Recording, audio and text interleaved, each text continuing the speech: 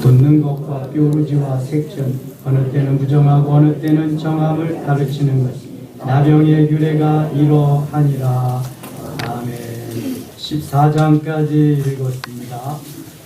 출애굽한 지 3개월 만에 이스라엘 백성들이 시내산에 도착합니다. 3개월이라고 그래도 만 2개월도 지나겠죠. 예수님이 부활하시는 것이 금요일날 새벽이 아니라 금요일날 오전 9시에 돌아가시고 오후 3시에 운명하셨으니까, 또 토요일날 새벽에 부활하셨으니까 만 이틀이 안 되는데도 사흘 만에 부활하셨다 그러잖아요. 그러니까 출애굽에서 3개월째에 시내산에 도착합니다. 그러니까 3개월에서 진행할 때까지 1년 1개월인데요. 한 10개월 동안을 시내산에 있는 동안 하나님이 어떻게 하나님을 경외해야 될 것이냐, 사랑해야 될 것이냐, 광야 40년을 저들이 순리하는 동안 어떻게 살아야 될 것이냐, 모세로 하여금 저들을 어떻게 인도해야 될 것이냐, 이런 것을 이 시내산에 있는 동안 회막에서, 성막에서 모세에게 일일이 다 가르쳐 주십니다. 그래야지 200만 내지 300만을 이끌고 갈 수 있지, 보통 일이 아니잖아요, 이게. 그래서 오늘 우리가 읽은 이 말씀도요, 참 이런 게 성경에 필요할까 싶을 정도로, 이거 의사들에게 필요하고 그런 거 아니겠습니까? 근데 일일이 다 말씀하신단 말이죠. 그래서 이 레위기에서 제사의 종류 5가지, 그건 잊으시면 안 됩니다. 번제, 소제, 화목제, 속죄제, 속건제 5가지. 그 5가지 제사를 화제, 요제, 거제, 전제 4가지 방법으로 드린다고 하는 거. 번제는 주로 헌신을 위해서, 화목제는 감사를 위해서, 속죄제는 회개를 위해서 하나님 앞에 드려지는 제사라는 거. 소제는 피가 없는 유일한 제사입니다. 묻겠어요? 소제 단독으로 제사를 드릴 수 있을까요? 없을까요? 잘 모르시죠? 소제 단독으로 제사를 못 드립니다. 왜냐하면 피가 없기 때문에. 반드시 소제는 번제나 화목제나 이러한 피 흘림이 있는 제사와 함께 드리도록 되어 있습니다. 피 흘림이 없은즉 사함이 없느니라. 피 흘림이 없는 제사는 없습니다. 그래서 반드시 소제는 피 흘림이 있는 제사와 함께 드려야 됩니다. 12장은 출산에 대한 규례가 쭉 나와 있습니다. 13장에는 피부의 피부병, 나병이나 다음에 다른 피부병에 대해서 쭉 말씀하십니다. 14장에 가면 정결하게 되는 규례에 대해서 말씀하는데, 여호와께서 모세에게 말씀하여 이르시되, 늘 모세에게 말씀하시고 모세로 하여금 족장들이나 제사장들이나 지시하게 하십니다. 그러니까 모세를 지도자로 세우셨어요. 40년, 80년을 훈련시키고 모세를 부르셔서 모세에게 하나님 말씀하시면 모세로 하여금 이스라엘 백성들을 통치하면서 광야를 이끌어 가십니다. 광야 40년, 하루 이틀도 아니고 1년, 2년도 아니고 40년을 그 광야에서 지낸다고 생각해 보세요. 문명이 발달한 지역에서도 이렇게 많은 어려움들이 있잖아요. 전혀 먹을 거, 마실 거, 준비된 것이 없는 그곳에서 200 내지 300만 명을 이끌어 간다고 한번 생각해 보세요. 하나님이 일일이 이러한 규례, 법령, 제정에서 말씀하시지 않으면 이거는 거의 불가능한 일이 될 것입니다. 14장 20절부터 한번 보겠습니다. 14장 20절. 제사장은 그 번제와 소제를 제단에 드려 그를 위하여 속죄할 것이라. 그리하면 그가 정결하리라. 21절 같이 읽을게요. 만일 그가 가난하여 그의 힘이 미치지 못하면 그는 흔들어 자기를 속죄할 속건제를 위하여 어린 순양 한 마리와 소제를 위하여 고운 가루 10분의 1 에바에 기름 섞은 것과 기름 한 록을 취하고 그의 힘이 미치는 대로 산비둘기 둘이나 집비둘기 하나 둘을 가져다가 하나는 속죄제물로 하나는 번제물로 삼아. 이거 무슨 말이냐 하면은요, 그의 힘이 미치지 못하면 그의 힘이 미치는 대로, 계속해서 하나님은 힘이 미치는 대로 하라고 이렇게 말씀합니다. 부자는 부자만큼 드리고 가난한 자는 가난한 자만큼 드리되 너희들이 힘에 겹게 하지는 말아라. 하나님이 우리의 형편 처지를 너무나 잘 아십니다. 부자는 황소 드릴 수 있어요. 가난한 자는 황소 드릴 만한 그것이 안 됩니다. 그럼 가난한 자는 뭘 드리냐? 비둘기를 드리고 새를 드리면 됩니다. 하나님께서 힘에 미치는 대로 이렇게 하라고 하는 것은 최선을 다해서 최선의 정성을 요구하는 것입니다. 우리에게 오늘도 주님 앞에 나와서 경배하고 찬양하고 주께 봉사하고 헌신하는데 최선을 다하는 정성이 필요합니다. 내가 100을 할 수 있는데 50이나 40밖에 못하면 최선을 다하는 게 아니지요. 내가 10밖에 할 수 없는데 20이나 30 할 수 있으면 더 좋지만 하나님이 그것도 원치 않습니다. 10 할 수 있으면 10만큼 할 수 있으면 되는 거예요. 100 할 수 있으면 100만큼 할 수 있으면 되는 거고요. 자, 하나님 앞에 드리는 예물은 이렇습니다. 내가 가지고 있는 것 중에서 최선을 다해서 정성을 다해서 하라 하되 최고의 것으로 해라. 내가 가지고 있는 것 중에서 최선을 다하되 그 중에서 최고의 것으로 해라. 주님이 가르쳐주는 방법이 이겁니다. 다시 말씀드립니다. 주님은 거지도 아니시고요. 뭘 받기를 원하시는 분도 아니십니다. 온 세상이 다 주님의 것입니다. 아버지의 것입니다. 그런데 내가 너희에게 맡겨진 것 중에서 너희들이 복되고 형통하게 아름답게 삶을 위해서는 최선을 다해라. 최선을 다하는 정성을 보여라. 이게 제사 드릴 때에 하나님이 말씀하시는 겁니다. 최선을 다하되 내가 가지고 있는 것 중에서 최고의 것으로 해라. 그래서 여기 힘이 미치는 대로 그런 것입니다. 자, 제물을 하나님 앞에 드릴 때에 어떤 것, 무엇을 드리는 것이 중요하지 않습니다. 내가 가지고 있는 것 중에서 몇 퍼센테이지를 드릴 수 있느냐. 퍼센테이지. 과부가 엽전 2렙돈을 드린 것은 그가 가지고 있는 전부 100%를 드렸기 때문에 칭찬한 거고요. 부자가 드린 것은 그가 가지고 있는 것을 지극히 작은 것을 드렸기 때문에 많아도 칭찬받지 못했다고 하는 것입니다. 오늘날 우리가 신약 시대에 하나님 앞에 나와서 제사를 드리면서 피 흘림의 제사는 더 이상 필요 없습니다. 왜 필요 없을까요? 히브리서 9장에 보면 예수님이 단번에 제물 되어 주셔서 피 흘림의 제사를 드렸습니다. 만일 구약시대와 같이 이렇게 번거롭게 계속 피 흘림의 제사가 있다고 한다면 다 도망갈 겁니다. 이거 어떻게 하겠습니까? 피 흘림의 제사는 다시는 없지만 너희들이 가지고 있는 것 중에서 힘이 미치는 대로 최선을 다해서 가져와라. 그러는 겁니다. 예물의 헌금의 기본은 11조입니다.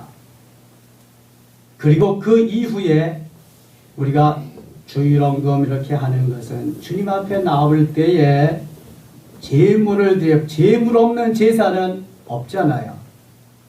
이건 지금 문둥병, 규례, 얼루러기, 피부병, 규례 다 말씀하시고, 그리고 너희들이 그것을 정하게 하기 위해서 나에게 예배해라.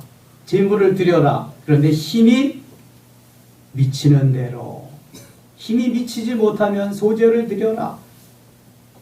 소제를 드리되 비둘기하고 같이 드려라. 이렇게 말씀하잖아요. 2절 다시 한번 봅니다. 만일 그가 가난하여 그의 힘이 미치지 못하면 그는 흔들어 자기를 속죄할 속건제를 위하여 어린 순양 한 마리와 소제를 위하여 고운 가루 10분의 1 에바가 그를 섞은 것과 기름 한 록을 취하고 그의 힘이 미치는 대로 산비둘기 둘이나 집비둘기 새끼 둘을 가져다가 하나는 속죄제물로 하나는 번제물로 삼아. 자, 속죄제물과 속건제물이 다르다고 했어요. 속죄제와 속건제. 속죄제는 내가 알고 이제 깨닫고 하나님 앞에 회개하기 위해서 드려지는 제사가 속죄제입니다.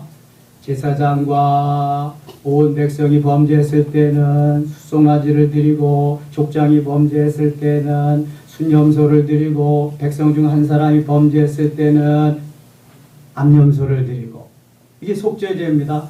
속건제는 부지 중에 알지 못하고 죄를 범했을 때 드리는 제사가 속건제입니다. 이거 다 피 흘림이 있는 제사입니다. 23절 여덟째 날에 그 결제를 위하여 그것들을 회막 문 여호와 앞 제사장에게로 가져갈 것이요, 제사장은 속건제 어린 양과 기름 한 록을 가져다가 여호와 앞에 흔들어 요제를 삼고, 요제는 흔들어 드리는 제사라 그랬습니다. 흔들어 드리는 제사.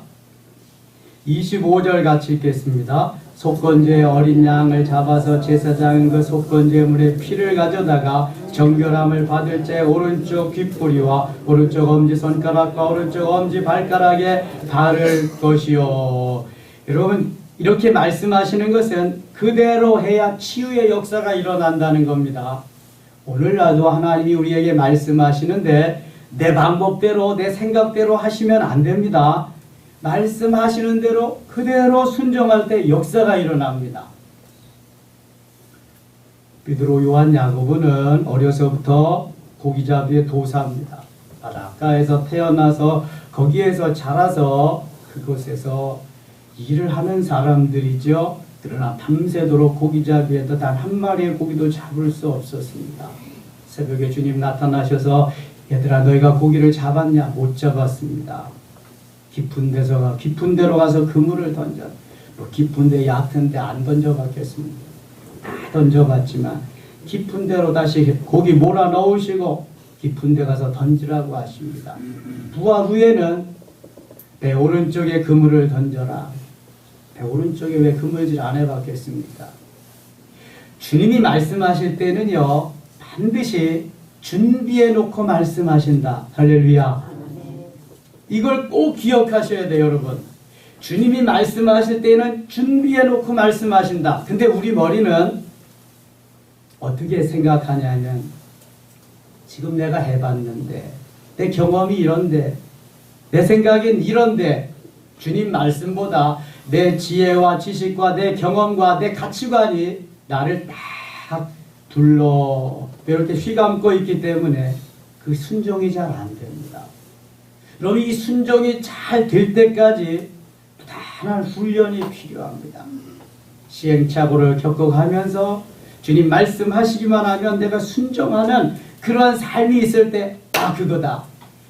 이게 순종하고 이게 하나님 응답하시고 이게 역사가 일어나는, 그때야 깨닫게 되고요. 내 육체가 그때부터 순종하게 됩니다.